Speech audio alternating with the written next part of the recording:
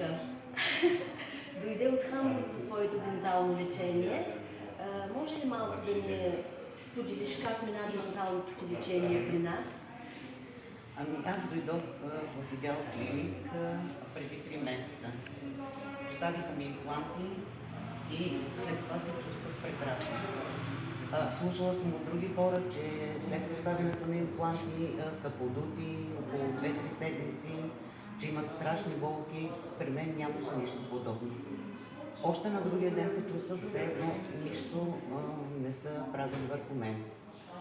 Сега се завърнах отново след 3 месеца, за да поставя вече цирконовите зъби, които са просто прекрасни. Както и рекламата, това е Холидей Смайл. Да. За теб просто нямам дума. Ти си професионален управляч, приятелка и човек, който никога няма да те остави сам, да не можеш да се разбереш, било в магазин, било на улицата, било където и да било. Помощ в хотела, помощ навсякъде.